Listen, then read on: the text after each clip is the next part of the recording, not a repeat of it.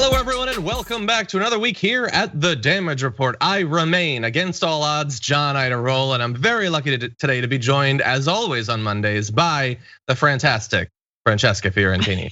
Francesca, how's it going? Good. You realize as soon as I get the vaccine, I'm never doing this again, right? Like, just streaking through the streets, partying, like by Miami. Okay, yes, well, Miami. that's I want to eat just a face full of tear gas in the Miami streets, just defying any curfew to get to Senior Frogs for the margarita specials. Okay, good. Well, so her getting the vaccine makes my life marginally more difficult. We were gonna do a section on one of the vaccines that's coming out. Now I think I'm just gonna mainly do a Tucker Carlson thing for an hour. It's like, why are they pushing it on you? Yes. Well, you get to ask questions. That's what being an American is, Francesca. Should you really trust the scientists? We need you. Don't go. So that's gonna be this I won't. hour.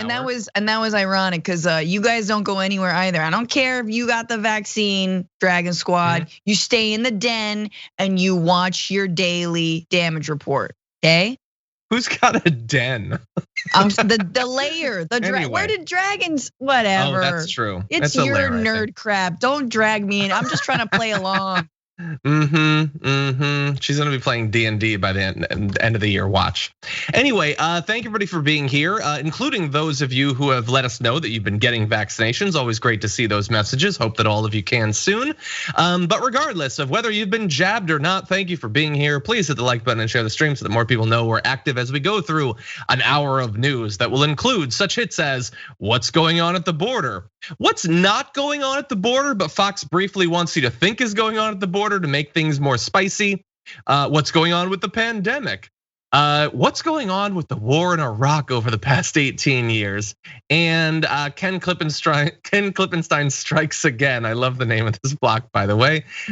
Ken, he swings a lot, and the dude never misses. This is a hilarious one that you're gonna wanna stick around to see. And as we go through, if you have comments, thoughts, anything like that, feel free to let us know. I will also let you know that following the show, as always on Mondays, Francesca and I will be recording one of our top 10 lists for our tier 2 and tier 3 YouTube members. This week, it's top 10 things that I'd love for you to please shut up about. So things that we just don't wanna hear about ever again. And if you have been watching the show for a while, I think you could probably guess one or two, but I'm hoping to surprise you. So that'll be coming up very soon. But before that, and I just realized my done thing actually isn't marked for the A block. Anyway, Francesca, are you ready to do this? I think so. Yeah. Okay, let's see what's going on then. The situation at the border is getting worse, although not necessarily in the way the media either thinks or at the very least wants you to think, because this entire weekend of mainstream media was just Biden's crisis at the border. Or if you're on Fox News, why isn't Biden calling it a crisis at the border? Now the thing is, there is a crisis, but not necessarily the crisis that they're focusing on. The crisis that actually exists is the current situation that thousands of unaccompanied minors are being held in. And reports emerged over the weekend that the Biden administration has at least 15,500 unaccompanied minors in custody, over 10,000 in the HHS, and 5,000 being held by US Customs and Border Patrol, who I wouldn't want to hold, 1 to 5 kids, let alone 5,000. They're currently being housed in emergency shelters and facilities licensed for childcare, while the roughly 5,000 children being held by CBP are being kept in crowded jail-like facilities, according to a CNN report. And to give you an idea of what this looks like, here is a photo from Donna, Texas, of one of them. Take a look at this, and what does that remind you of? Exactly all of the photos, minus a bit of chain link from the Trump years. Now, that is not all of the kids and teenagers, but it is a significant chunk of them, and I would say that 5,000 counts. 500 would count, 50 would count, 5,000 definitely counts, Francesca. So that I think is the thing that needs to be focused on, that as of right now, thousands of kids are being held in conditions like that for longer than they're supposed to legally, for at least they're supposed to be there for no more than 72 hours. Some are being held there for 5 days, a week or longer. That is the actual crisis, I think. Absolutely. Yeah, I mean, it's a mess. It is legitimately a mess. And honestly, I think it's fair to say that we have a broken immigration system. Hey, fun when you just let political partisan hackery become more important than actually solving a humanitarian crisis. And when you give a bunch of money to militarism, but no money to like actual humanitarian services, like facilities that could actually house unaccompanied migrants that are, not a concrete floor.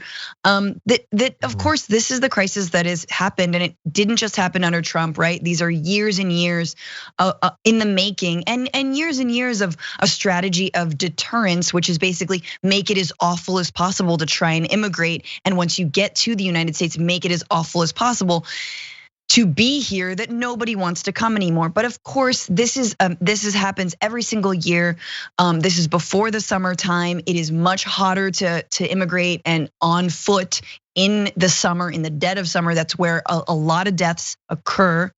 So it makes sense. This is not anything new. It surges around this time. The question is, can we actually house people in more humane conditions? And definitely, I would take away Customs and Border Patrol's like own kids. I'm sorry, if they've got kids, maybe we need to call in on them. I'm obviously joking, but not really. So it is a mess. We need to actually tackle it more, sort of more holistically. But yeah, it's awful to see this, no matter who is president.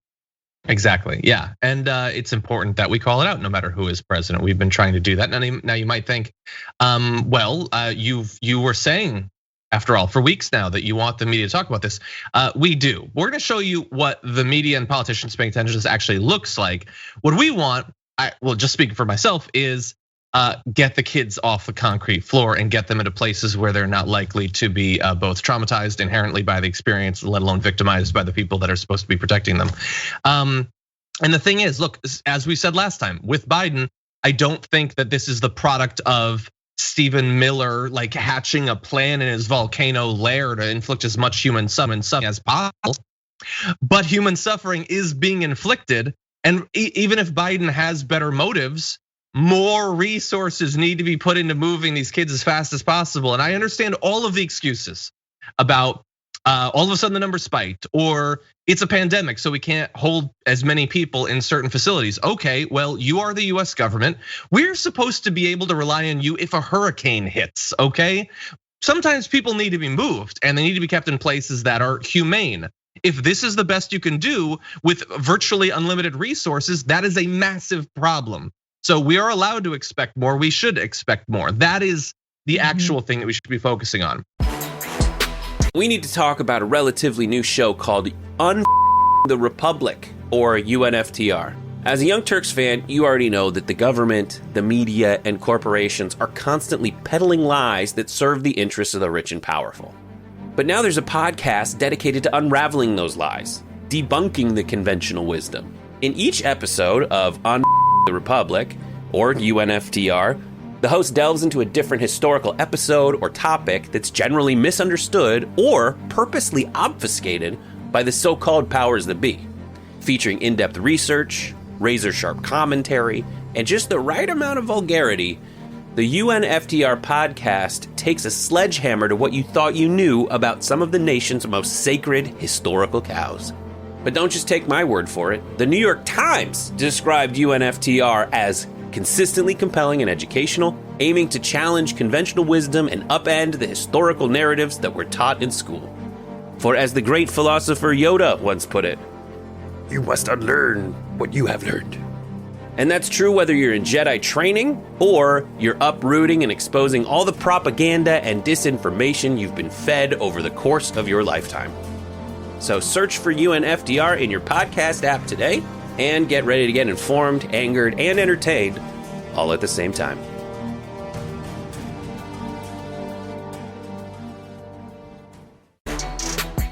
Now, what does it look like when the media and right-wingers get to determine what the crisis at the border actually looks like? Well, it comes in a couple different forms. Here's a tweet from Senator John Cornyn. This is Texas Senator. President Biden has instead emphasized the humane treatment of immigrants regardless of their legal status, rather than stopping illegal immigration. So his whole point, what he added to a previous tweet was, Biden's too focused on humane treatment of immigrants. Okay, so they're gonna be getting all of their followers whipped into a frenzy of, it's not enough that we're talking about the border or wanna do something, it's why are we wasting our time treating these people as if they were humans, which we all get, of course, that they're not. And not everybody is gonna be as explicit as John Cornyn, but some are gonna, like people who we've given a little bit of credit on some issues, are gonna interject things like Mitt Romney, who says the Biden administration's lack of understanding of the power of incentives continues to baffle me. Allowing unaccompanied minors to stay in the US will yield a flood of unaccompanied minors. It's a de facto child separation policy. Okay, that seems clever to him, I'm sure. I don't understand what he thinks the alternative is, other than guns at the border, building a wall quickly, something that he in the past has never seemed too hot for. Now with Biden, it's, well, how dare you not throw these kids back over the border? So people are focusing on it, Francesca, but I worry that as with Trump, the end result of the media and right wingers is going to be, why isn't Biden being more cruel? Why isn't he having, harsher penalties? Throw them away, stop it by whatever means necessary. Yeah, I mean, that is a political line that is absolutely 100% okay with death, right? Like that's the alternative. The alternative to not accepting unaccompanied minors, to house them in as humane conditions as you can, right? Which they're not doing, as we talked about. But the alternative is death. The alternative is allow them to be victimized, allow them to be trafficked, allow them. I mean, you talk about a right-wing party and nut jobs who care about, like child trafficking. Yeah. So let's talk about what happens when unaccompanied minors aren't given asylum, when they aren't allowed to be united with any family members that they have in the United States. Yeah, that's actual child trafficking, right? I'm not talking about coyotes. So it's really important to understand that the alternative here again is death. So at one point, right? It's a complicated issue. We don't have all the solutions. A lot of it has to do with assisting countries, working on anti-poverty campaigns. That is laced with its own problems, given the United States' track record in countries in Central America. But at the end of the day, you're face to face with a question of, do you believe people should die or not? That's it. Life or death, yes or no. And if the answer is no, then you're gonna have to be okay with immigrants coming to this country, because guess what? They're not violent criminals. They make this country better, and oh my God, do they do a whole lot of labor that they should be better paid for. Exactly. Now, what does it look like when the media and right wingers get to determine what the crisis at the border actually looks like? Well, it comes in a couple different forms. Here's a tweet from Senator John Cornyn. This is Texas Senator. President Biden has instead emphasized the humane treatment of immigrants regardless of their legal status, rather than stopping illegal immigration. So his whole point, what he added to a previous tweet was, Biden's too focused on humane treatment of immigrants. Okay, so they're gonna be getting all of their followers whipped into a frenzy of, it's not enough that we're talking about the border or wanna do something, it's why are we wasting our time treating these people as if they were humans, which we all get, of course, that they're not. And not everybody is gonna be as explicit as John Cornyn, but some are gonna, like people who we've given a little bit of credit on some issues, are gonna interject things like Mitt Romney, who says the Biden administration's lack of understanding of the power of incentives continues to baffle me. Allowing unaccompanied minors to stay in the US will yield a flood of unaccompanied minors. It's a de facto child separation policy. Okay, that seems clever to him, I'm sure. I don't understand what he thinks the alternative is, other than guns at the border, building a wall quickly, something that he in the past has never seemed too hot for. Now with Biden, it's, well, how dare you not throw these kids back over the border? So people are focusing on it, Francesca, but I worry that as with Trump, the end result of the media and right wingers is going to be, why isn't Biden being more cruel? Why isn't he having, harsher penalties? Throw them away, stop it by whatever means necessary. Yeah, I mean, that is a political line that is absolutely 100% okay with death, right? Like that's the alternative. The alternative to not accepting unaccompanied minors, to house them in as humane conditions as you can, right? Which they're not doing, as we talked about. But the alternative is death. The alternative is allow them to be victimized, allow them to be trafficked, allow them. I mean, you talk about a right-wing party and nut jobs who care about, like child trafficking. Yeah. So let's talk about what happens when unaccompanied minors aren't given asylum, when they aren't allowed to be united with any family members that they have in the United States. Yeah, that's actual child trafficking, right? I'm not talking about coyotes. So it's really important to understand that the alternative here again is death. So at one point, right? It's a complicated issue. We don't have all the solutions. A lot of it has to do with assisting countries, working on anti-poverty campaigns. That is laced with its own problems, given the United States' track record in countries in Central America. But at the end of the day, you're face to face with a question of, do you believe people should die or not? That's it. Life or death, yes or no? And if the answer is no, then you're gonna have to be okay with immigrants coming to this country, because guess what? They're not violent criminals. They make this country better, and oh my God, do they do a whole lot of labor that they should be better paid for. Exactly. Governor Greg Abbott is going to do what a lot of these Republicans are going to do. He's going to opportunistically use the fact that immigrants exist for some goal. Some of them, it's just a bludgeon to hit Biden over the head with, when he deserves to be hit over the head, but in a productive fashion. Some are going to use it to justify things that they have done. So let's take a look at what Greg Abbott had to say, and then I'll explain what I mean with that last part. And now the Biden administration is importing COVID into the state of Texas, exposing more Texans to that. And who knows on what we're going to see, whether or not there will be an explosion of COVID in the locations where the Biden administration is putting these migrants. Okay, so do you see what's happening there, Francesca? Oh, bless his little black heart. Oh my God, Governor Greg Abbott, UPOS. How dare you? You're the same guy who just dropped all mask mandates and said every business and anywhere should be open, when Texas has every single variant of COVID-19.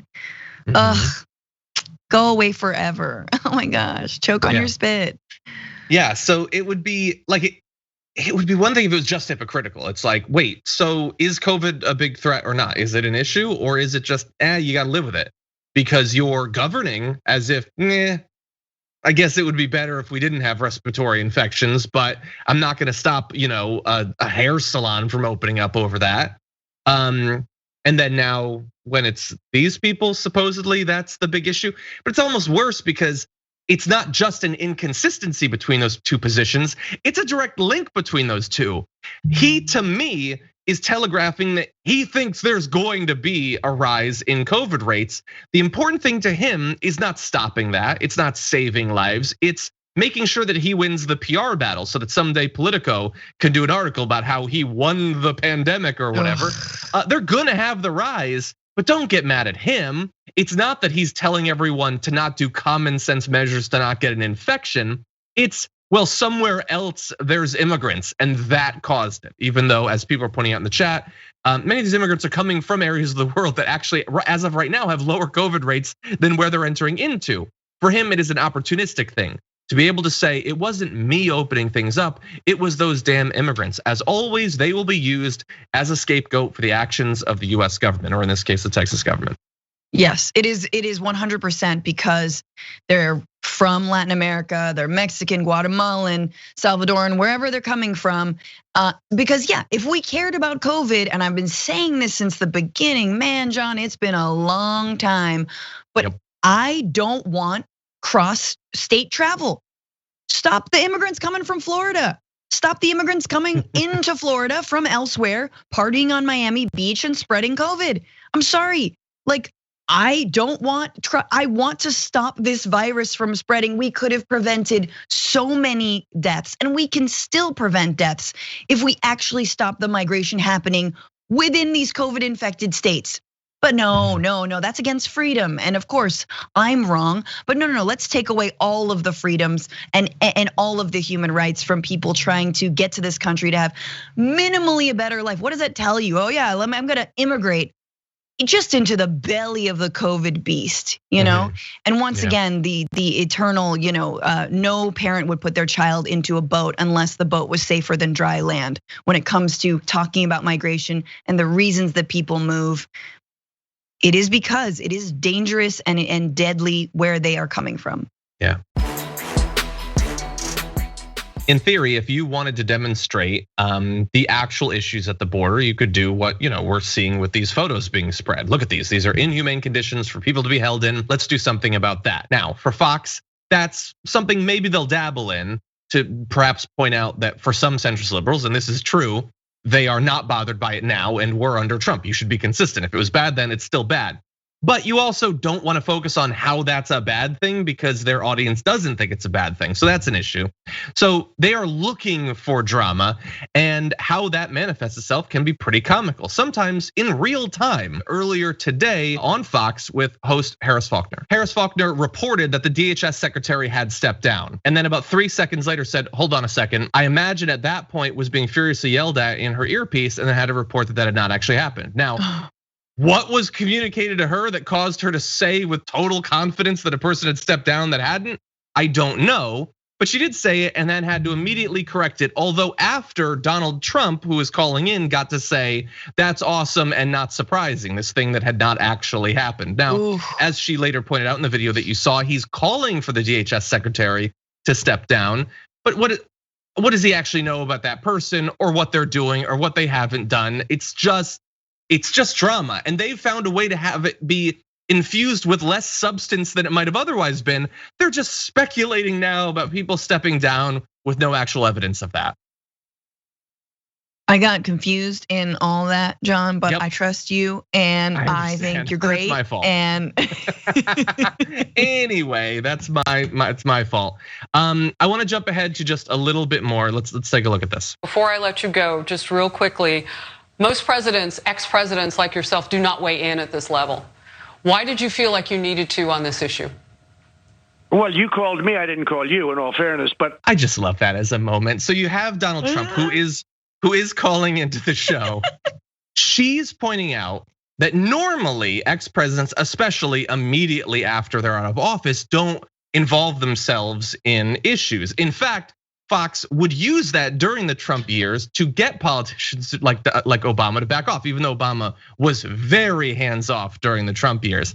Here, she's sort of pitching it as a good thing, but he doesn't even understand what part he's supposed to play in this, saying, you called me. Well, she later pointed out, dude posted a statement about this individual calling for him to step down. So it's really weird for you to imply that you didn't want to be on the news. What, did they hack into your phone? You're engaged in this. You want to be. That's the whole thing. You called me. I didn't call you. Why are you doing a power move right now, bro? You don't need to do that. That's so rearranging the furniture. Yeah, it's so weird. But God, you really bring up a good point on this, and it's something that because everything moves so fast in the last 4 years, we haven't had a time to catch our breaths and look back. And yeah, the ways that Obama was absolutely hands off. The Republican Party and Trumpists started calling Democrats the opposition party time and time again. And I wish, right? I wish that we had an opposition party. I wish that Democrats actually stepped up to Trump. They eventually started to, not without a whole slew of progressive Democrats having to run and primary establishment Dems not doing anything in 2018. Then they started to understand, oh gosh, we're supposed to fight this encroaching fascist, wannabe dictator president. Yeah, man. But then you have Trump, who's automatically, yes, once again, obliterating all norms, and he's gonna be winning and scoring political points for doing so by trying to carry the torch of his political project. If Obama had carried the torch of the political project, he would have openly spoke out and held rallies and talked about how this is not our country. Our country, we might have voted for this guy. There might have been a lot of shenanigans in getting him into office. But we don't stand for this. We don't stand for this kind of rhetoric and this kind of politics. But he didn't. He didn't. Could have helped. I guess he's got a podcast. I mean, yay.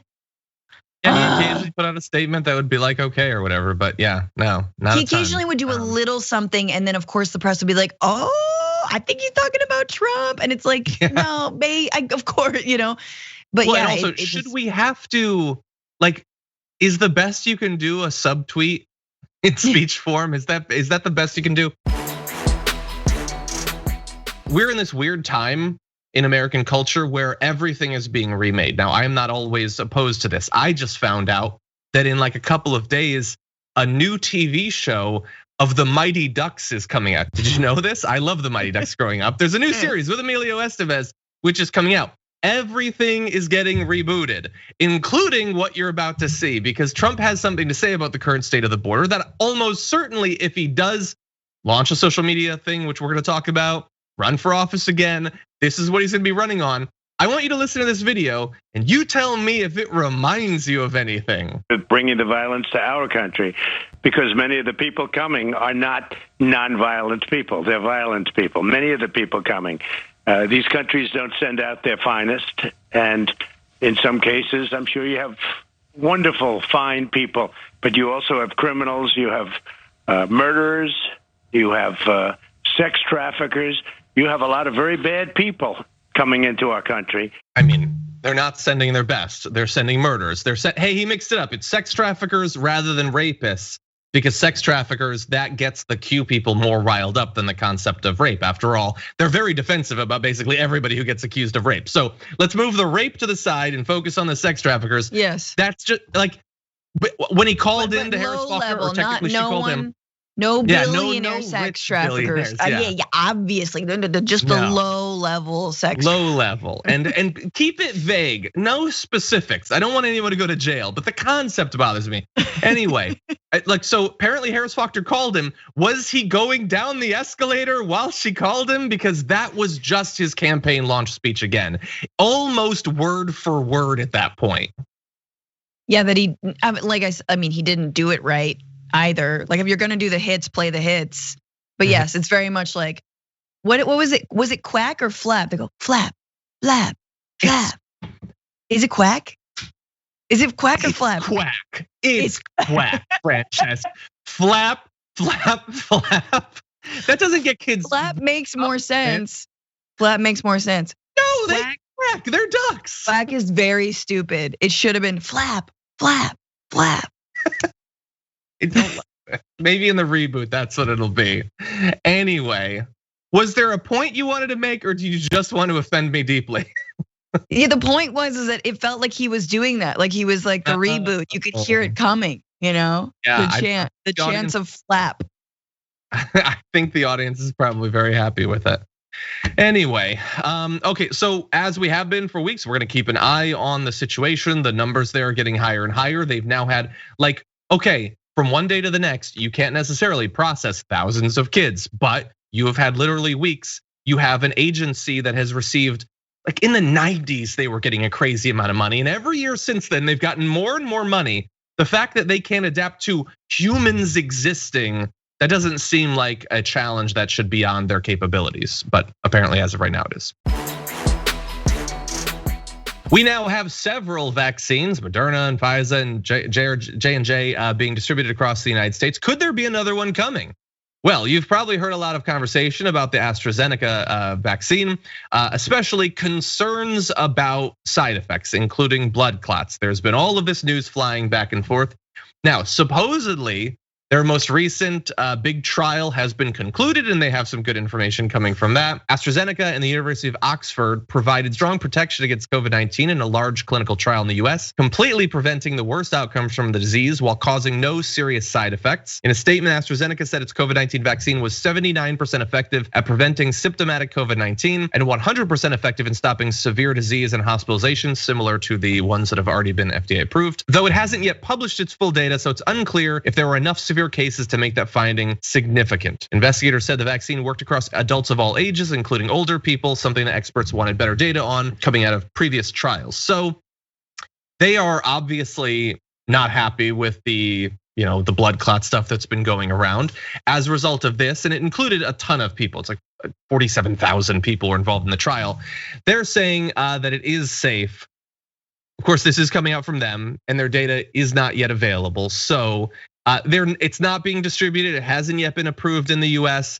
And honestly, at this point, according to what I am reading, even if it did get authorization for emergency use, by the time they would actually be able to distribute it, we would be off into May, when federal officials predict that the 3 current manufacturers that have already been authorized will be producing enough doses for all of the nation's adults, especially considering that conservatives don't want to take it. So I know that this is getting people concerned, but it might kind of be a moot point. My fear is more that it might lead people not to take non-AstraZeneca vaccines, that if they're hearing about blood clots, they might think, well, whether that's true of AstraZeneca or not, maybe it's true of the others. And so that's the main reason I want to cover this, Francesca.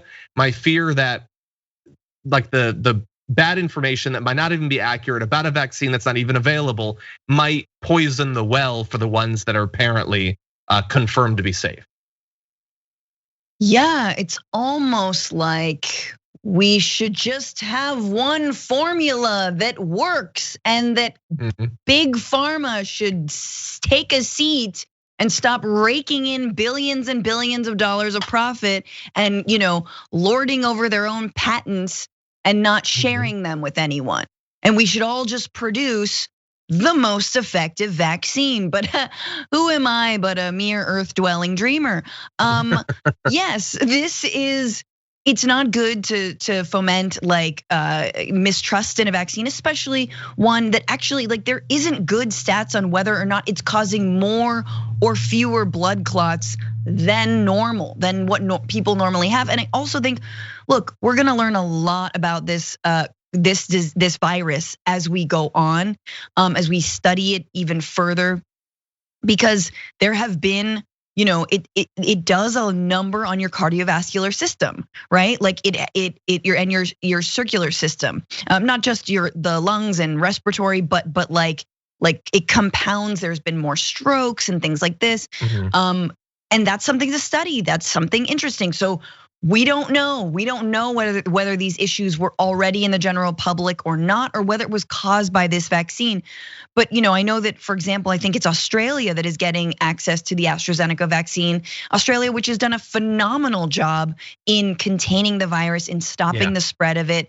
And I would like for Australians to get access to this vaccine and to use it, right? And so once again, we in the United States, who have done arguably the worst job of many, many countries that have been hit with COVID, are now getting the best of the best. And hey, if you're gonna be a hegemon, have some benefits. If you're gonna be an empire, I guess this is the benefit. Although, according to the right, it's the country is in decay, but yet we still remain on top. Yeah, and it's almost the way that we're approaching the vaccine, with us getting it first, and then even Biden saying, well, someday once we're all vaccinated, we may, charitably give some to other countries, is sort of like, it's the way conservatives approach America writ large across the world. They seem perfectly happy to have a few people safe in their, gated communities, surrounded by poverty and disease and lawlessness, if that's what it takes for them to feel safe. We're producing that by not forcing the patent to be made available, or getting out in front of the fact that, like maybe we can start shipping some vaccines to other countries even now. Other countries are doing it. Anyway, that's something that we've talked about multiple times. I want to give everyone an update though on the current status of the pandemic. Data has been a little bit less reliable from my point of view, in that there used to be great daily reports put together by the COVID Tracking Project. And I got very used to the way they presented that. There is still information though. And so I want to, at least in broad strokes, give you an idea of how things look, because there is some good news, although not exclusively good news. So if you take a look at the country at large, as of yesterday, new cases were down to 34,000, which is a 7% decline over the past 2 weeks. So that is good. It's certainly better than the 200,000 plus we had during the dark winter. It is still a lot of COVID that is going around though. And when you bear in mind that some of that is going to be the more infectious kind, and that is spreading rapidly, these numbers again could be affected by the fact that in 2 weeks it's gonna be very different. We don't know, we need to continue to look. New deaths are down to 444 on the 21st. Again, these are Sunday numbers, and so these are always lower than the days around them. It is possible that a 440 death Sunday could result in a 900 death Wednesday. We have to see, but that is a significant decline from 2 Sundays previous. So this is good news, and it needs to be noted. Now, we have seen drops like this before though, Francesca. Before Thanksgiving, we had gotten down to 500 to 1,000 deaths per day. So, as has been noted, we are sort of watching a race right now between vaccination and the spread of the new, more infectious variants of COVID. Now, on top of that, you could have layered continued social responsibility, social distancing, masking, and all of that. Based on what I'm seeing around the country, I think we're pretty much done with that. It is pretty much vaccinations and a few responsible libs. That's basically it. And so that, broad strokes, is how the pandemic looks. How do you feel about it? Bad. It's less than it was in January. I'll counter your very articulate summary into feeling bad. Yeah, I mean, yes, I am a little hopeful that, hopefully because of the amount of people being getting the vaccine vaccinated, I don't know. We will eventually get to whatever herd immunity. I don't know.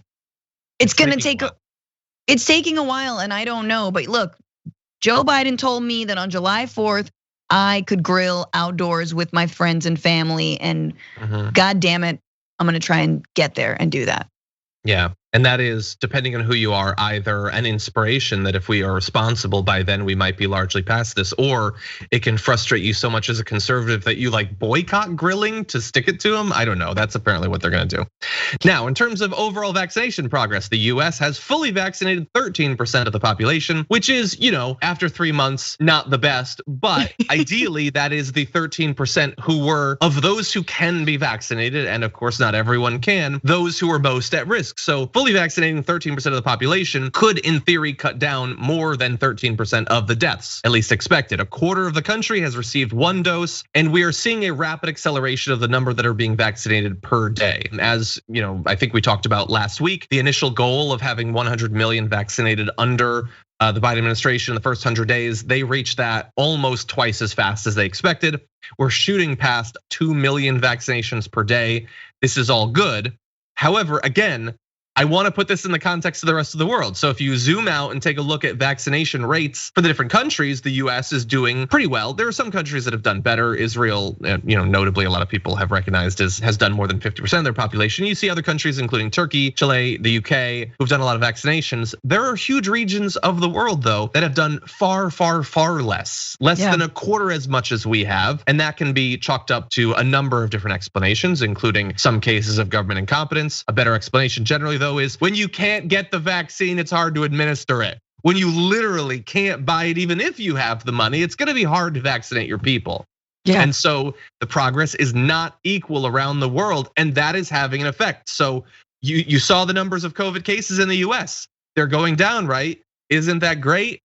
Worldwide, not so much. Take a look at this. The daily cases around the world are rising significantly around the world, 22% over the past 2 weeks, while deaths remain flat. But if cases are going up, then in 2 weeks, one would expect that the deaths would no longer be flat every 2 weeks over 2 weeks. And we're doing better. No, and first of all, I have so much to say, but the first story about the border crisis and this story are absolutely related in the exact opposite way that Republicans want it to be related. These are the same outlets that throw doubt on the vaccine that are then turning around saying that immigrants are bringing COVID into the United States. Well, that might actually happen if we don't do more to be able to allow other countries to get the vaccine, and more importantly than get the vaccine, to manufacture the vaccine, which is why the World Trade Organization needs to drop the patent protections in this case, and in all cases when it comes to human health, right? But that doesn't happen. It hasn't happened with even things like HIV meds, which actually, like, I've said this before on the show, but like the Clinton Foundation has done a good job of like getting like, not off-brand, or like manufacturing HIV medicine.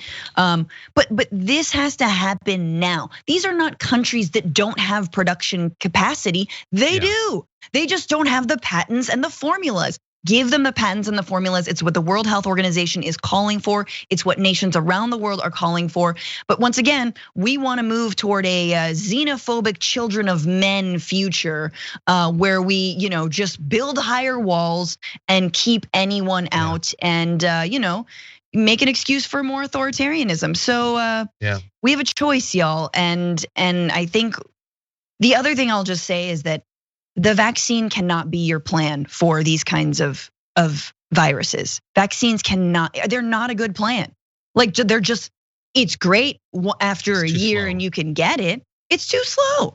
So I hope that the Biden administration is investing in contact tracing, isolation, quarantine, and all of the infrastructural ways that places like South Korea or Taiwan, which has like no COVID, has done an immaculate job at actually stopping the spread because of their previous experience with things like SARS. So let's make sure we beef that up as we move into this hopefully post-pandemic or post-COVID-19 future, with definitely more pandemics to come down the road. Definitely. Yeah, and I actually watched Children of Men recently, so I get that reference. Yeah, even if, let's say hypothetically, you were willing to do nice things, but only because it benefited yourself. Many of the formulas for these vaccines were created many months ago, long before they were actually approved. That's how they were able to test them. In theory, and much was produced on the assumption that it would make it through, which is why initially we had so many supplies. In theory, even if you were a cold-hearted bastard internationally, you could have made these available for many, many countries to start pumping out vaccine and say, we get a quarter of what you produce in exchange for you getting free access to it. We could have done that. Like, we could have been dicks and benefited more than we actually did. Yeah. Donald Trump has been languishing in mostly silence for the past few months, even though he's recently figured out that he can release tweets as press releases, sort of. But we've expected that he's going to return at some point because the dude is like Tinkerbell in that he will die if you don't clap for him. So what will that look like? Well, his spokesperson to some extent, Jason Miller, was recently on Fox News, and this is what he had to say about it. Harry, this is really interesting, the fact that the president's been off of social media for a while, because his press releases, his statements have actually been getting almost more play than he ever did on Twitter before. I'm not sure if that's because the length of them are a bit longer. I even had one reporter say that she thought it was much more elegant, the way that the president was able to communicate his thoughts, and it very much looked more presidential in that longer form. But I do think that we're going to see President Trump returning to social media in probably about 2 or 3 months here with his own platform. And this is something that I think will be the hottest ticket in social media. It's going to completely redefine the game, and everybody is going to be waiting and watching to see what exactly President Trump does, but it will be his own platform. Shut up, you stupid idiot. It's going to redefine the game. It's going to be Twitter. That's what it's going to be, basically. No. No? What's it what gonna if be? It's an app? I really want it to be an app. I want him to roll out his own app that just like is buggy and crashes and that like no one uses, and it like gives you a free game if you like download it. I just want it to be like Quibi, but for Trump. Yeah. I want, yeah. It'll be like, will it be like Trumpy or like Trumpy, Quibi, TRUMPI, like something? He's gonna hire all those people. It's gonna fail. Right wingers are gonna get like a whole bunch of deals. Probably some of my comedian friends, just because we're desperate too. I'm very excited. No, I'm not excited. Obviously. So if he makes this app, it'll be buggy, obviously. Will there be any information about you that it doesn't steal? Or like release open, like people, it'll be the most hackable. The scandals that will come out of this, if it's an app, or more foundationally, if it happens, because you might think, well, wait, it's gonna happen. He just said it. Does that mean it's gonna happen? Honestly, he's gonna create his own social media platform. Maybe he will. He has money, I guess. He could have just bought Parler. They were gonna give him a significant chunk for him to switch over. He has enough money to make an app, I guess. Enough money to make enough money to pay someone who like took a boot camp coding summer thing, and they're gonna roll it out. It's just gonna be. By the way, I wanted to give credit to Parker Malloy, who pointed out that the app doesn't exist, but we do have the website for it. It is available right now at www.creedthoughts.gov.www/creedthoughts. If you watch The Office, anyway, is it just going to be a Word document that he writes in? I don't know. Stay tuned to find out. But more importantly, I think Google Docs. It's going to be Google Docs. Just more a shared importantly, Google Doc we all get access to. Are people really going to switch over just to see what Donald Trump has to say? And by regular people, maybe, but like all of the people who've gotten like deals with Parler to be there, or what are they going to switch over? And then like, what about like Gab or Parler, which they've pitched themselves as the place for those people? Well, they're not going to be happy about this, by the way. So are you going to further segment the already fractious band of weirdo apps that are like, hey, we're the ones that are cool with Nazis? The whole thing just seems like a massive mess. And behind the scenes, there's a bunch of places where like Trump fans still congregate. They don't even really seem that excited about this. Like some of the Q people are like, hey, wait, isn't he supposed to be fighting Satan? Why is he making an app? That's a good question, actually, considering your worldview. Why is he spending his time on this? But anyway, I don't. These are people who think Facebook. Yeah, no, they think Facebook is the internet. Like they're not. They don't know how to get to the app store to download a new app. Then they certainly are not going to download a Trump app. It's like they just figured out how to like post a React GIF on Facebook and like do the big font, and like create an event. And look, the way Facebook is going, I would not be surprised if they let Trump back on. In fact, I will bet you that Mark Zuckerberg will let Trump back on. Absolutely. What, Twitter too, or just Mark Zuckerberg? No. I think Zuckerberg will. I don't know about That's a good bet. About Peter Dinklage. What's his name? Jack. Yeah. I doubt Twitter will be able to, but I could see Facebook doing it. It's Mark Zuckerberg. There's no there's nowhere he could go. That's too deep for him. Anyway, I have other thoughts, but I honestly, I'm gonna keep it real. I don't care about my thoughts about this. We'll see what happens. I don't care. Let's move on. Yeah, he'll probably be around, or more generally than he'll be around, the world will be worse. You can bet your ass on that. Just a couple of days ago, we hit the 18th anniversary of the war in Iraq. 18 years, Francesca. And we've got a lot of stuff that we want to say about it. Numbers about how devastating it's been and everything. But I mean, 18 years. It almost goes back for me to the beginning of me getting politically conscious. I've been paying attention to politics for like 2 years at that point. But 18 years and still ongoing, still chaotic, still violent. Did you think at the time that there was any chance that we'd be hitting almost the 2-decade point, that you could legally have sex with the war in Iraq? Did you ever think that that's what would happen? That was my tweet. Was it, the war in Iraq turned 18, but it's still illegal. Which it is. It was illegal. And my first thought, I think I think it's a little bit like a 9/11 thought. It's a little, where were you when Trump was elected? I do remember when bombs started falling on Baghdad after I was, working in the anti-war movement, was very politicized by 9/11, by the ramp up to the war in Afghanistan and Iraq, and we still have troops in Iraq, right? And in part to try and mitigate all of the blowback that happens when we do pig-headed things like invading countries and trying to save people from their own dictators who we propped up for decades and decades and sold all the weapons that they then used against their own people. I'm talking about Saddam Hussein. So it is, we still have troops there. It's still important not to forget. I mean, I think it's more important we figure out how to draw down the war in Afghanistan right now and get out of the Middle East altogether. But I feel old. I feel seasoned. I feel like as bad, and I think it's hard for young people to remember this, as bad as drone strikes are, they're bad. We do not need them. They are not a good way to solve problems. I think that there was a shift because of how many people around the world came out against this war in Iraq and the war in Afghanistan.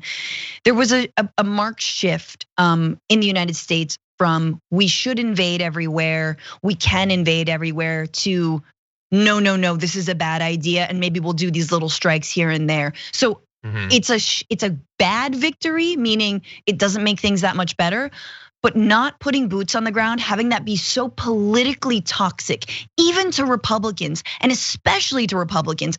Marjorie Taylor Greene says some crazy things, but she was against, or she says now that she's against the war in Iraq, that we shouldn't go invade countries. That's a victory, guys. That's like an important thing to remember. So all to say, it's been too long and we need to get out of the Middle East. Does that make sense? Yeah, I think you're right, and it is a win. I never know how much any of those Republicans saying they're against the war is actually worth, because what does it actually represent? That they think maybe that particular deployment is a bad thing. They just want to send them to some other country. They don't want to cut the budget. They don't want to stop using certain weapons. It always ends up being so shallow and surface level when they pretend that they're against a conflict. I say, and I'm sure many people in the audience probably agree, let's get out of all of these places and then cut the budget massively because it's not needed. In fact, it's counterproductive to our safety. Yes. Anyway, really fast on this anniversary, in addition to, I agree with almost everything that you said about sort of how it's evolved over time. Seeing a couple days ago, I saw in the news, it was like, Biden's talked about drawdowns of troops in Afghanistan and all that, but now they're saying, well, if we leave, there could be chaos. Well, where have we heard that before? Every single year since the beginning. And anyone saying that, I would love to hear how in 10 years or 20 years in the future, there won't be a threat of chaos that we of course contributed to or in large part caused. But are we going to be in a better position at that point? 5 years from now, 10 years from now, 30 years from now? Or are we, as Francesca and I, are we gonna be broadcasting live streamed, like TikTok 5.0 about the 60th anniversary of the war in Iraq someday? Are we gonna be doing that? We might.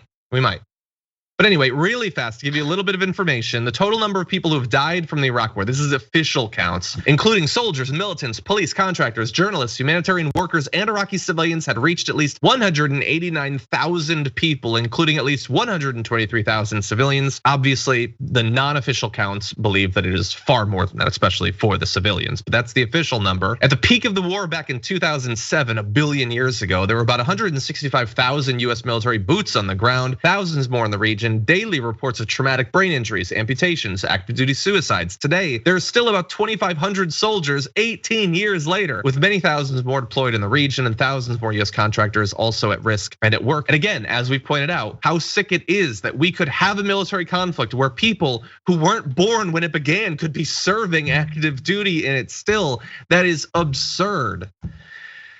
Any further thoughts, Francesca, before we move on? Oh my God. I mean, I have so many thoughts, and I do think that it is, I agree with you that it is mostly rhetoric that Republicans have hijacked, like they do a lot of things, and Trump hijacked. But Trump actually said he was against the war in Iraq. Now, he did then say he would have taken more oil, et cetera, et cetera. Yeah. But it's important to know that the massive failure, it was not only immoral to go into Iraq, the way that the Bush administration did it was also a horrible failure, right? It didn't, they had no plan. That's why so many of the Bush officials are pariahs at this point. They're still, you don't hear about John Ashcroft and Donald Rumsfeld, et cetera, right? Like, and Condoleezza Rice for whatever. Like they're largely in the shadows because of what a massive failure it was. That's true. There was a break in the Republican Party at that point. And it's the same way that someone like Jeb Bush didn't rise as a front runner. Obviously, he was a terrible candidate, number one, but he was also sort of representative of an old throwback neoconservative Republican Party that stupidly some moderate Republicans, if you can call them that, I'm sure Liz Cheney, are like pining away for the days when we had the neoconservatives. No, screw the neoconservatives. And Trump used that in the debates. Exactly. So that is the danger. If Democrats can't understand, and look, Obama did pull out of Iraq, and of course left some troops, and then was hammered in the media for it. But if Democrats cannot claim the victory of we pulled out of Iraq, we will close and should close Guantanamo, we pull out of Afghanistan. You want to talk about the people who are trying to clean up Republican messes? We're doing that. The problem is they don't necessarily believe in all of that. Yeah. But again, like we cannot cede this territory, this anti-war territory, this to the right wing, because their version of it is isolationist and xenophobic and disgusting. And our version of it is internationalism, is like solidarity, is reparations for Iraqis, and is national sovereignty for countries around the world. Great points. And it'll be interesting to see in the next Republican primary how that split in the party works. Yeah. Even if the split in some cases is more rhetorical than substantive, like Trump says things about the Iraq war, it doesn't actually reflect what he was saying at the time, nor does it reflect like some sort of basis for predictions about what he'll do in terms of foreign policy. Dude dropped 1 billion bombs once he became president, but he swore that he was, anti-military or all that. Anyway, I want to give Ken Klippenstein a little bit of credit because the dude can be brutal on social media. So there are a lot of people out there, including prominent people with big platforms, who have been obviously attacking mask mandates, trying to create suspicion around vaccines. And he decided to point out that in some cases, they may not have the sort of rigorous fact-checking process that they would have you believe. So author Naomi Wolf has gotten attention in recent weeks for comments decrying a totalitarian state brought about by lockdown policies. The Intercept's Ken Klippenstein posted on Twitter that he recently sent Wolf a direct message featuring Dr. John Sims, who was supposedly telling people, if a vaccine is effective, then why do we need to pressure people to take it? Which is basically everything that Tucker Carlson has been saying for a long time. So he tweeted out a photo of his DM to Dr. Naomi Wolf of Dr. John Sims, and then her almost immediately tweeting it out herself, this photo of Dr. John Sims saying that, quote, at this point, no, Dr. John Sims does not exist. Johnny Sins does, and as his name implies, he's less of a doctor and more of an adult film star. So she spread it. A lot of people picked up on this after Yashar Ali spread that she had tweeted out and mentioned this is how top-notch her vetting of information is, that you can give her a doctored quote of a porn star and she'll just spread it because it says what she wants it to say. My God. And it reached its peak of hilarity when Johnny Sins himself tweeted out what Ken Klippenstein did. Oh my God. Guys, just do you know if the people that you follow on the internet are just like Facebook moms and dads who will uncritically share any meme they see and just go with it? And John, do you have like an alter ego like Johnny Sliderola? Because I think that's what your alter ego is. There's John Iderola and there's Johnny Sliderola. I don't know what direction you're going with this. I'm worried though. If we could make a Wikipedia entry for Johnny Sliderola, I'd really appreciate it. Don't put that out there into the universe. Anyway, yeah. So someone said in the comments over on Twitch, didn't expect to see Johnny Sins on TDR this morning. Yeah, most people didn't. But anyway, yeah. Look, is she that much worse in this respect than a lot of people? Perhaps not. A lot of people spread information without checking, either because they feel like they can trust the source or just for the same reason. It's convenient and it makes you feel good. But especially when you're talking about things so consequential, where literally lives will depend on what we view, how we view vaccines, you should care enough to actually check into it. And anyway, a while back, he got, it was some senator, I think, to tweet out some ode to his uncle, and it was just a photo of Jack Nicholson from A Few Good Men. And I didn't think he would be able to top that, but I think he did with Johnny Sins.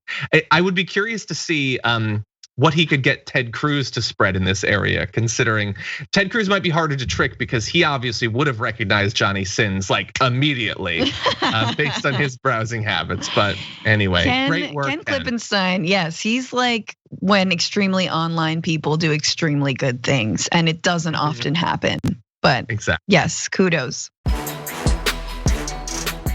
Welcome everyone to the weekly top 10 list this week, joined by Francesca Fiorentini. As always, Francesca, how's it going? Good. Glad to have you here for the top 10 things we really wish you'd shut up about. Not you specifically, you're very nice. Thank you for being here. But everybody, there's things that like if I could go from now until the day I die never hearing about it again, assuming that was a long enough span of time, I would be so happy, Francesca. No, mine's specifically about you. So mine are all about things I wish you. That's what I thought the prompt was. So it's just well, at some point with John Idarola. Okay. Maybe we'll see. This is going to be very personal. I'm kidding. Mine are more broad, and a couple are political. Some are. We'll see how that goes. We'll see if I get in trouble. My number one is going to do two things. One, it's going to really piss some people off, and number two, it's going to get them to talk to me about the thing that, like, seriously, don't message me about this thing. I love you, but I don't want to hear about it. So we'll get to that in a minute. But anyway, thank you for being members at tier 2 or tier 3, getting access to this. Really do appreciate your support. And with that, Francesca, what's your number 5? Okay, so I got a message. Maybe they're watching, maybe they're not. Mine are also like a little bit light, and I'm gonna start with the lightest. And usually a lot of men will be like, you need to do this with your hair or your makeup, and you need to be, and I'm like, yeah, you need a life. And this was I think a woman who, probably a younger woman, who was like, your eyebrows are great, but you should laminate them and they'll be amazing.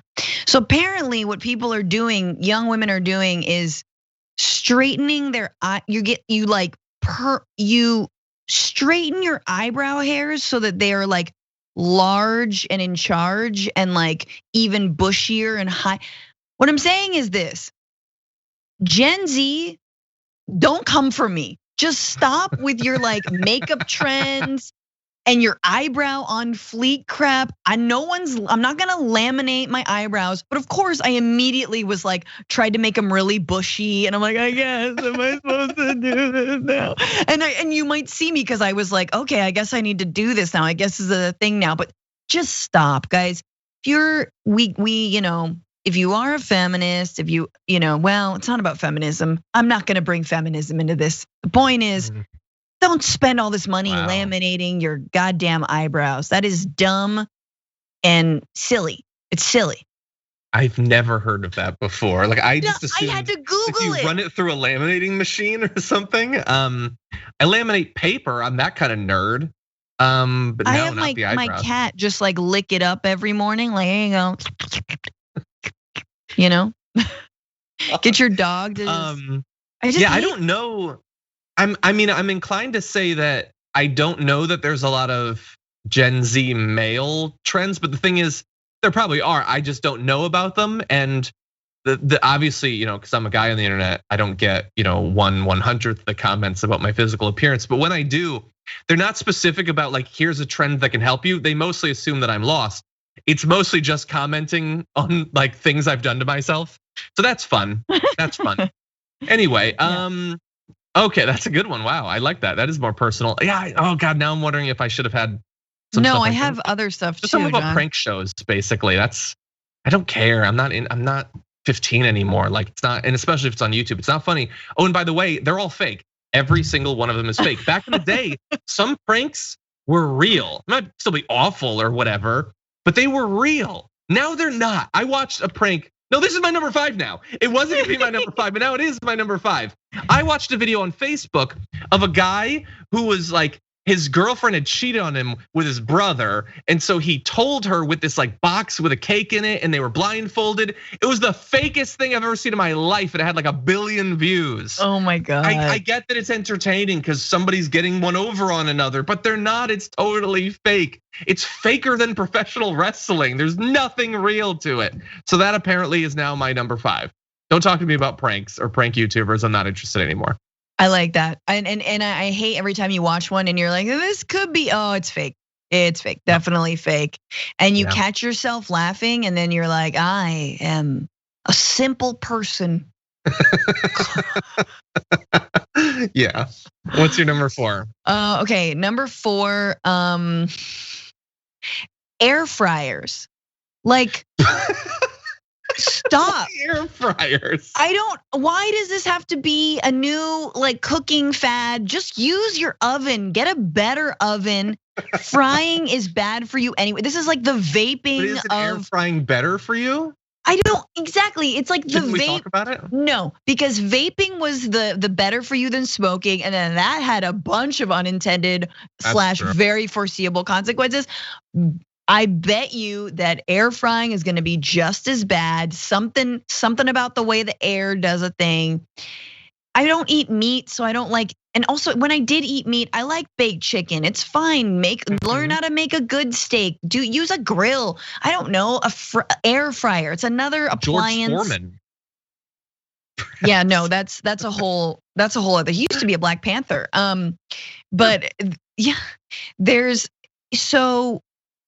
But yeah, I'm just like, why do I have to jump on this trend? Look, I just got an Instant Pot, which by the way has changed my life, but I don't want an air fryer. It takes up too much space, and I don't talk to me about though. This is just, don't tell me about Catholicism. I found a different religion. That's all you just went through the whole religious thing. No. That's all it was. No, don't tell me about this sect. I've already got a sect. No, yes. An Instant Pot is an air fryer. It's No, not. But it's not. It's the same thing. Well, what does it do? If I'm a vegetarian, what can I do with an air fryer? I don't know. You can air fry vegetables, I assume. Now look, let me be clear.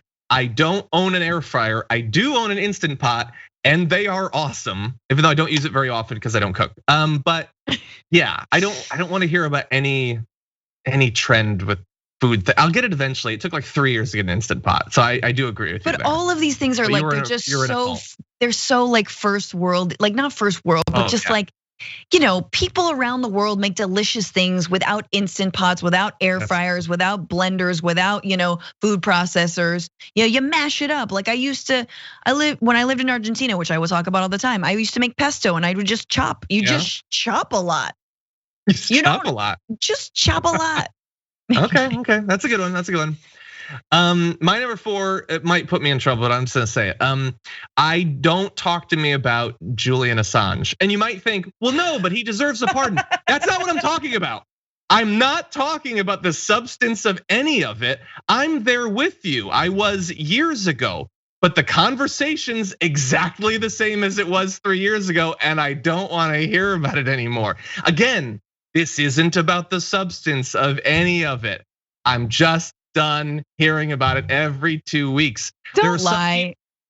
There are some people who literally the only thing in politics they care about is whatever bullshit about Julian Assange. And I don't understand that being the only thing you're interested in politics.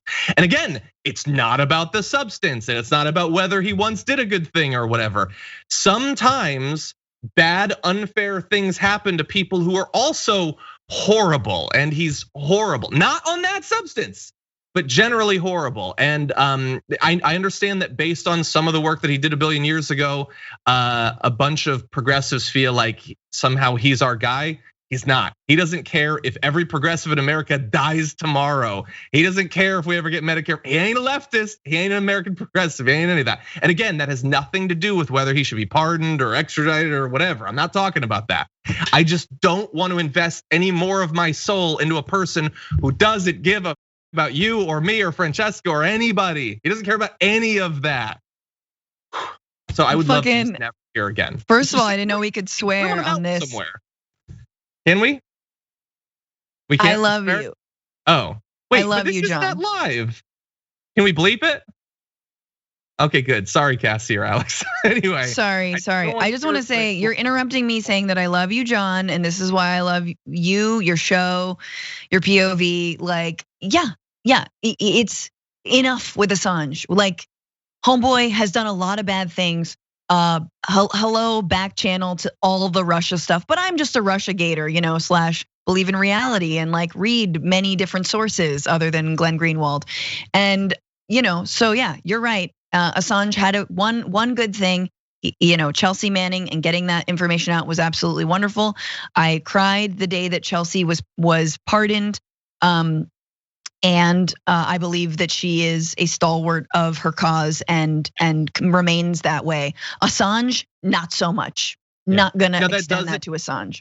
Now that doesn't mean that then bad, unfair things get to be done to that person. I just, at a certain point, after making clear that I want fair, just things to happen, get to check out at a certain point and care about a lot of other people who are suffering that are also not terrible. There's a lot of injustices in the world.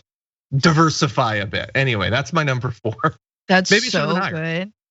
That's so good. I wish I would have put more thought into this. Oh my God. Okay.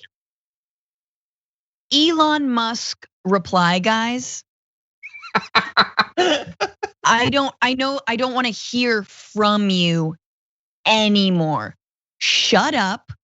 You're saving up for a space tank or a moon truck or whatever the hell it's called. You're gonna waste all of your money on that Uggo POS. And you're like, cool, dude. I get that you're investing in GameStop so that you can then like buy a moon truck and like lick off of the Elon Musk lollipop. Like, stop. You're not a billionaire. You're never gonna be a billionaire. Replying to Elon Musk tweets by fawning over him is not gonna make you any closer to a billionaire. He is trash. He is up his own ass. He is not paying his fair share of taxes, didn't shut down the Tesla manufacturing sites when COVID was outbreaking. The guy thinks he is a gift from God and he's not.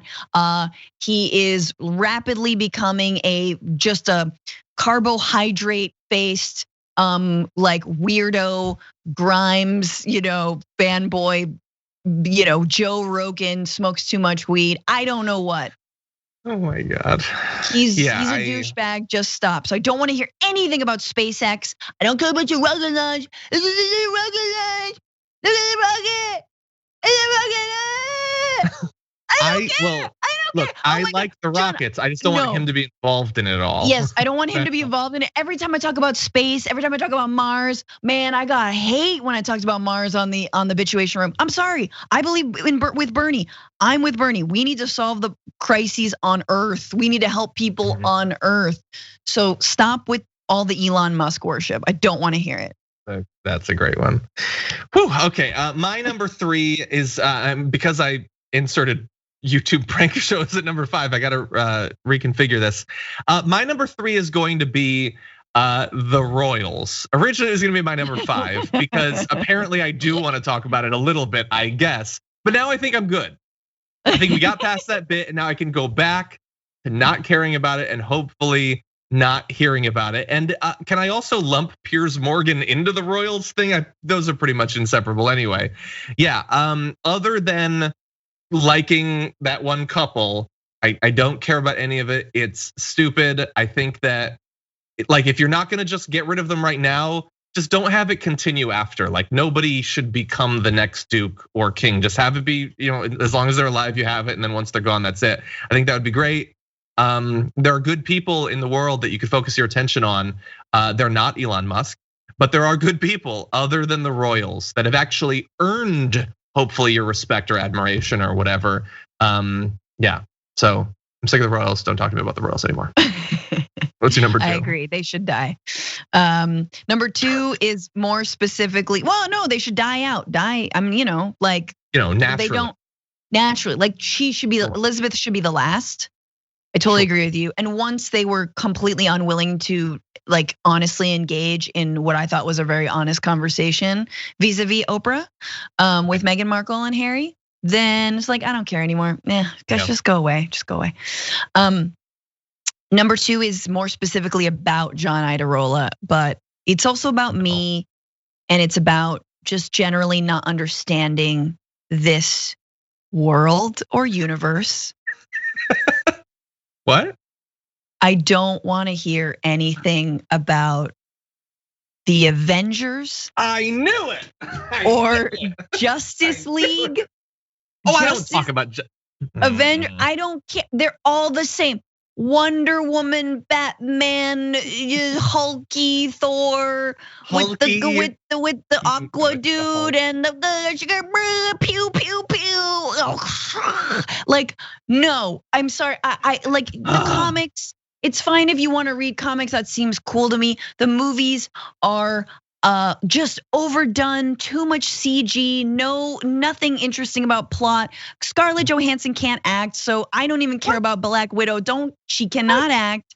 ScarJo is number 1, 2.1. Translation. I'm not an action movie person. I did like the Black Panther for many different reasons, but not the comic book action part of it. Or the hero worship. I don't like superhero stuff. I've never even seen all the Spider-Man. I watched the Spider-Man Spider-Verse, Into the Spider-Verse. That was excellent, but that was like for so many other reasons it was excellent. But I just don't care about saving the planet with your pew pew. I should have known that you'd put that on there. First of all, it offends me so much. I know. So there's 2 layers to this. The first layer is it offends me so much that you lumped in all of that DC stuff with Marvel. But I also know that me being bothered by the distinction between that is probably another thing that you don't want to hear about, because to you, there's no distinction between those 2 things. But there is a distinction. Anyway, no, I'm not. So Avengers are better. Black Panther's with the Avengers, or is he with the Okay. He's with the Avengers. Where's Spider-Man?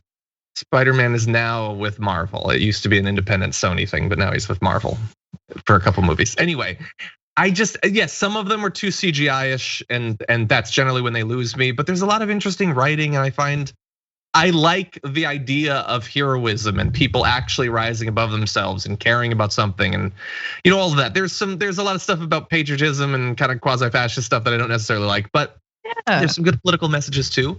And I like heroic sacrifice. It's my favorite thing in movies. So they give you a lot of that as well. So screw you. And I will continue to talk rom-coms have heroic sacrifice, dude. I like some rom-coms actually. That might surprise you, but I do. Anyway, okay. Independence Day had heroic sacrifice. That was it. Didn't have to. I cry every time that now crazy person flies into the spaceship. Yeah, I do every single time. Anyway. My number 2 is our first crossover. Anything by or about Elon Musk, I don't care. He should be remembered throughout time for only one thing. Everything else should fade away, like the dust should blow it away, as the biggest waste of some apparent talent ever, combined with him being given tons of resources. They pretend that he's self-made. What are you talking about? His family's rich, but he could do apparently a lot. They literally they send rockets up and stuff. And wasn't he born on a mine, like some kind of precious metal mine? South Africa. He did it all from his garage. No, you crazy idiot. Anyway. He can make some stuff. It's not as good as they say. Tesla has a lot of manufacturing problems and stuff like that, let alone all the labor problems and everything. And then he made a few things, And other than that, he's like the worst person on the planet. I might despise him on a personal level more than I do Donald Trump. I'm not sure, I'm still working that out. But he's such a waste of time, oh my God. And of all of the people, for some other people on the internet to make liking them their entire personality, I don't get it with Elon Musk. Choose any random person, be a Taylor Swiftie or whatever, be super into Cardi B. That's better. That's so much better. God, Elon Musk is such a goddamn stupid, oversensitive waste of time. Anyway, what's your number one? Okay, number one is sort of the bad faith use of the word woke. And like wokeism, saying wokeism, which is now a big right-wing talking point. Oh, the wokeism, and the wokeism of the left and the blah, blah, blah, the cultural Marxist wokeism. Wokeism is also sort of a term used by, bad faith lefties who basically are trying to say that they don't like identity politics and neoliberal or centrist identity politics, but end up just using shorthand woke and ultimately basically just throw people of color under the bus and like have no race analysis because they just got hip to socialism 2 years ago and now are all about class reductionism. So I hate the way that people say wokeism when it actually borderlines being kind of racist. And no matter whether you're on the right or the left, it just feels like you're throwing the Black Lives Matter movement and feminism and women's movements, LGBTQ people under the bus. And you're buying into a lot of the BS that like somehow those movements are dividing us when they're absolutely not. Yeah, I understand. This is one example of a lot of ways that the idea of something being able to be super simplified seems pure in a way that doesn't make it reflective of the actual world. We are not like this isn't physics. We're not just billiard balls that you can easily calculate how they bounce. It's complex. This is a complex world. You need to understand it, even if it makes you uncomfortable a little bit or whatever. So I agree. That's a great one. I originally had not quite that, but something akin to it. But you're 100% right. That's a good number one. My number one, I worry that it's a bit repetitive because I feel in a way that I can't express that it's the same thing as Elon Musk, but don't talk to me. And I'm talking to the internet. I'm talking to one or two specific people at our company. Don't talk to me about Bitcoin ever. God damn it. Ever. I hate it so much. Crypto. Now, there's some reasons I hate it that are more about me. Like I don't understand it. And I've gotten to the point where I think that everyone who says they do is lying, which probably again says more about me than about them. But even if I did eventually understand it, stop. Seriously, stop. And now apparently you're also wrecking the environment, which I hadn't really known about. So stop. I hate the fact that on the podcast app I'm on, or it's on YouTube, I hear about Bitcoin, the best money we've ever had. No, it's best case scenario, just money. And it's don't talk to me about mining. It's stupid. It doesn't mean anything. And I really honestly think that all of the people who get super into this, like, I think they all suspect like I do that it's a big scam, but they think that they can get the better of it. I think that this is all a big pyramid scheme of people trying to grab the pyramid, climb up it. And as they go up it, they like shout down, hey, this is awesome, come up with me. I think that's basically what it is. But no matter what it is, I hate it. I don't want to hear about it. And with Bitcoin, I want to throw in, and Elon Musk, I feel like it's the same thing. Also, NFTs, whatever those are, it's all like this is part of establishing a cyberpunk dystopia. Is we've come up with a bunch of digital shit that doesn't mean anything, and it's just a big waste of time, energy, both human energy and literal electricity, to create fun distractions for super rich people. And the whole thing, I get that I'm ignorant and that's laced throughout this, but the whole thing just frustrates me to no end. You're just mad, bro, because like my Bitcoin just went up a little bit. So like, yeah, don't be a hater. No, it's a gateway. It's a gateway to more Bitcoin is gateway to more Bitcoin. It's very bad. It is, I know people who've gotten super obsessed with crypto and just like that's all they do, that is their life. It needs to be regulated. It is also, yeah, you're talking about like giant servers that house all of the like mining, like it's just so Black Mirror and so awful. And you're absolutely right. It's like people think that they're gonna make some money and they know it's not an okay thing, but they're just gonna do it anyway. And until it like finally gets regulated. No, and they have made big money, and that's good for them. I'm glad. But I don't want to hear about it either. So I totally agree. Yeah, as I said at the very beginning of this, I am very worried that you're going to watch this video and think, oh no, John just needs to have it explained to him. No, I don't, and I don't message me. You know what should have been on this list? And it's sort of similar. I don't want to hear anything more about the last season of Game of Thrones and how you don't get why I was able to enjoy it on some level. And you think that two things. You think one, that you are capable of convincing me after the fact to have not enjoyed it. Or two, that if that was possible, that that's a thing I would open myself up to. Yes, please logic me into not having fun anymore. Why would I do that? Please don't mess with me. No, I mean, you're wrong. You're wrong about the last season, but you're entitled to your wrong opinion. And I would never take your bad opinion from you, John. Thank you, I appreciate that. Okay, well, anyway, we gotta cut this so that we can go and have a conversation about Marvel and Hulky and all that. But anyway. Francesca, as always, thank you.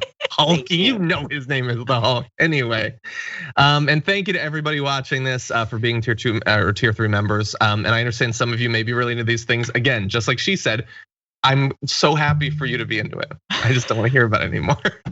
And with that, we'll see you next time. Virtually everyone in America is curious to find out what lies in the future for Representative Alexandria Ocasio-Cortez. I say virtually everyone because there's one person who doesn't want us to be focusing on that apparently, and that is Representative Alexandria Ocasio-Cortez. Despite that, and with full respect for the representative, we are gonna talk about it and speculate a bit though, because I'm really curious. So we are very lucky to be joined for the first time on the show by the political correspondent for Insider, Tina Sfondeles. Welcome to the Damage Report. Thank you, thanks for having me.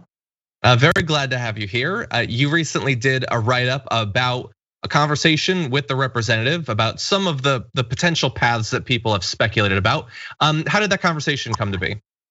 Well, as you said, everyone wants to know what she's going to do in her future. There's always rumblings about whether she will run against Chuck Schumer, whether she'll run for president in 2024. And meanwhile, she's just very busy doing things on a daily basis and is kind of annoyed at the noise. Like, I'm sure she's flattered.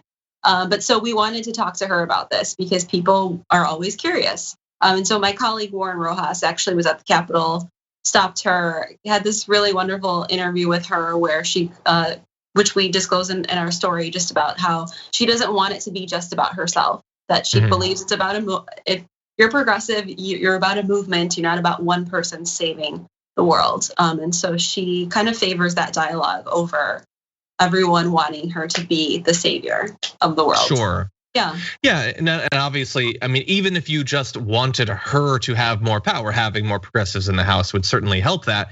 Did she mention any particular names that she was focused on that are either currently running or might be running that she would want people to focus on in particular? She did not. I would say this was a very kind of broad overview of her political future, which my people are interested in, political reporters, our editors, et cetera. So we kind of just wanted to get it out there into the air. I do know that she's focusing on issues that she really cares about. Obviously, she cares about climate change. There's a bill introduced last week, I believe, for infrastructure and creating new clean energy jobs. The minimum wage is hugely important to her right now. So she did not get into the specifics of the actual political races she's looking at. But we see that almost daily with her emails, with her fundraising emails. There's, who she's supporting, what causes she's supporting, what she cares about for the week. Now, so I'm of course curious, like there's several things that obviously she's gonna be working on. In terms of, does she give you any indication of what she thinks the next big focus of the Biden White House should be? She did not, but as I said, she's pushing very much so clean energy, jobs, climate. She needs that. She was on the there's a unity task force with former Secretary of State John Kerry. And that's great for her because he's our climate person right now in our country. And she has immediate access to him. So I think that is going to be huge. She already has, the influence of being herself. And now she has like a direct line to someone who's supposed to create a lot of change for climate. Okay. Yeah. Now, in terms of the speculation, you mentioned a few possibilities that she could challenge Chuck Schumer, that she could run for president. In theory, she could go for some sort of leadership position in the House. Obviously, she's not, talking about those possibilities much. Is she ruling out any of them? Is she saying clearly, no, I'm not going to be challenging Chuck Schumer? That's obviously a closer race than some of these others. Yeah, that's what's interesting. She has not been quoted saying definitely, no, I'm staying where I'm at. That's the best answer for any politician is to not say yes or no. So she's not really saying no. We could see something. I do think the Chuck Schumer race would be difficult. And he's got, he knows how to fundraise just as she does. I think she's got more, I forget at this point, but they're both very good at fundraising. So that would be a really tough race. And as you've seen, I don't know if you've seen on Twitter, anytime you talk about 2024, people are so mad. Like they're so mad that you even bring up 2024. They're like, I have PTSD. I cannot deal with this yet. Sure. And that's definitely happening where people are just angry at this point about any speculation. We write a lot of stories about the vice president potentially running. And some people are mad about that. So I feel like, we'll see what happens in a couple of years or months, essentially. Look, I get it. It was a long election. It felt like a long time. But I also remember the 2016 election. And that doesn't feel like it was that long ago. The 4 years is 4 years, but 4 years does pass. So it does. And in terms of the Chuck Schumer, whether she runs or not, there is some conversation about how the prospect of a potential primary race could be affecting him. And a lot of his recent moves are interpreted through that lens. Like if he's pushing Biden to cancel $50,000, would he have been doing that if AOC was still a bartender? What are your thoughts about all of that? We did directly ask people that question, essentially people who worked for Chuck Schumer. Like we talked to a former legislative director in our story, and he did not believe that. He said that it was more reflective of the caucus, that Democrats are more progressive now in his caucus, and so he has to listen to them, and that it's not just her and her everything. I think that it is, what they say is that it's a collective moving to the left, and that he's trying to listen, and that he's a smart guy. He knows when he needs to go to the left for whatever, for political purposes, for everything else. So he's listening. I don't know if it's necessarily just her. Okay, and there's one other topic I wanted to ask you about. So we've talked about several of the possibilities for the representative, that she could go for some higher office or that she could stay in her current office. Of course, the third option would be that she could not even stay in her current office. And she has at least once before hinted that, especially considering, she must face about as much harassment and death threats as anyone in politics these days. That's a lot. And that in theory, she might not see her future, including political office. Did that come up at all in the conversation? It's a nod, but as you said, we've heard her talk on Instagram Live about January 6th or even before that she has had threats before, and it's really scary. She's had to use some money to beef up security at certain town halls. But the thing is that she could still have the power even if she was not in her position. That's another thing that we learned in this story. We know that people wanted to hear her talk. She has Twitter. She has her Instagram Lives where there's 150,000 or more people. She has millions of followers on Twitter. She can send out an email and raise how much for Texas? Millions of dollars for Texas when they needed it. So even if she was not in the House, I still think she can do whatever she wants. Exactly. Yeah. And to our audience, I don't know anyone watching this which side you lay on, if you're curious about the speculation or if you lean more with the representative that we should be focusing on other races. Here at the Damage Report, we're gonna do both because we actually do a show every day and we have time to fill. But anyway, appreciate you joining us, Tina, to talk about your work and to help speculate. We find it as entertaining as you. And so thank you as always, and we hope that we speak to you again soon. Sounds good, thank you.